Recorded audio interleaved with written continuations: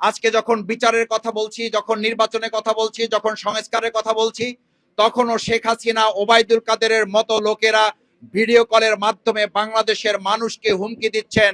সে বিষয়ে আমাদের রাজনীতিবিদরা এখনো মুখ খুলে কোনো কথা বলছেন না। এটা দেশের মানুষের মধ্যে সন্দেহ সংশয় তৈরি হচ্ছে। তাদেরকে কথা বলার জন্য হয়তো আমরাও তাদেরকে কেউ কেউ উস্কে দিচ্ছি কিনা। আমরা যারা নির্বাচনের জন্য কথা বলছি, বিচারের জন্য কথা বলছি না। আমরা যারা নির্বাচনের জন্য কথা বলছি, সংস্কারের জন্য কথা বলছি না। এদেশের মানুষের মধ্যে সংশয় তৈরি হয়েছে। শহীদ পরিবারগুলোর মধ্যে সন্দেহের উদ্রেক করেছে যে আমরা হয়তো কেউ কেউ তাদের সাথে যোগসাজশ করে তাদেরকে পুনর্বাসনের জন্য চক্রান্ত করে তাদের সাথে লিপ্ত হতে শুরু করেছে। আমরা প্রথমেই আল্লাহ সুবহানাহু ওয়া তাআলার দরবারে আমাদের ইসলামী আন্দোলনের জন্য, দেশের জনগণের জন্য যারা জীবন বাজি রেখেছেন তাদের সকলের জন্য আল্লাহর কাছে দোয়া করি, আল্লাহ তাআলা তাদেরকে শাহাদাতের সর্বোচ্চ মর্যাদা দান করুন। তাদের পরিবারের সদস্যবৃন্দকে আল্লাহ তাআলা ধৈর্য ধারণ করার তৌফিক দান করুন। এখনো যারা হয়তো পঙ্গু অবস্থায় আছেন, আপনারা জানেন চিকিৎসা না পেয়ে কেউ কেউ পরিবারের থেকে হতাশ হয়ে বিষ পান করে অথবা অন্য কোনো উপায় অবলম্বন করে আত্মহত্যা করার মতো পথ বেছে নিচ্ছেন। তাদের পাশে যখন আমরা দাঁড়িয়ে তাদের সর্বোচ্চ সহযোগিতা আমরা এখনো করতে পারছি না, সেই সময় যদি আমরা অন্য কোনো বিষয়ে নিজেদেরকে ফোকাস করি, দেশের মানুষকে অন্য কোনো দিকে ধাবিত করি, এটাই শহীদ, আহত, পঙ্গুত্ব বরণকারীদের সাথে প্রতারণা ছাড়া আর কিছু হতে পারে না। বাংলাদেশের আজকের প্রেক্ষাপট যেটি আমরা সবাই জনগণ মিলে উপভোগ করছি, রাজনৈতিক সংস্কৃতিতে সুন্দর একটা পরিবেশ আমরা এখন পাচ্ছি।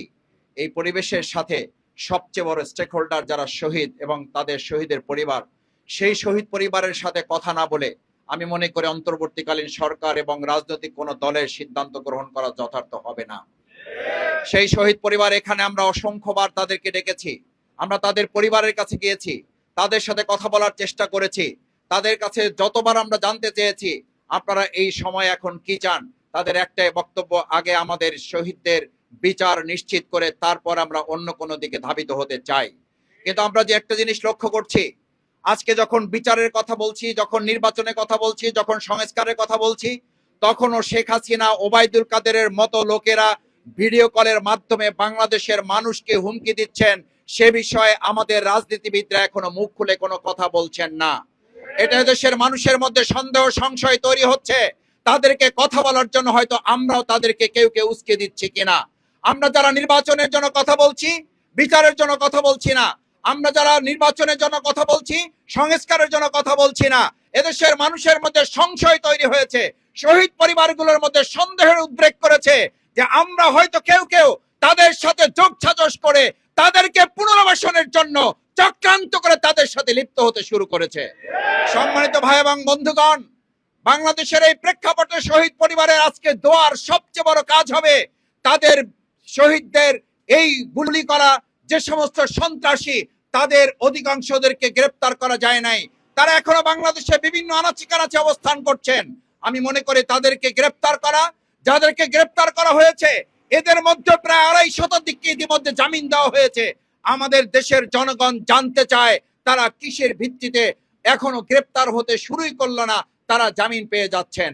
সম্মানিত ভাই এবং বন্ধুগণ, আসুন বিচার, সংস্কার, পিআর পদ্ধতিতে নির্বাচন, স্থানীয় নির্বাচনের মাধ্যমে বর্তমান সরকারের সক্ষমতা, নাগরিক সুবিধা নির্ধারণ করে এবং আগামী দিনে জাতীয় সংসদ নির্বাচনের সুষ্ঠু লেভেল প্লেইং ফিল্ড তৈরি হয়েছে কিনা তার নিশ্চয়তার জন্য স্থানীয় নির্বাচন নিশ্চিত করার পরেই কেবল আমরা চাই জাতীয় সংসদ নির্বাচন অনুষ্ঠান সুষ্ঠুভাবে লেভেল প্লেইং ফিল্ড, যার যার আমি আমার ভোট যাকে খুশি তাকে দেব, এই পরিবেশ নিশ্চিত হবে তখন যখন আমরা একটা স্থানীয় নির্বাচনের মাধ্যমে এরকম একটা কেস আমরা নির্ধারণ করতে পারবো।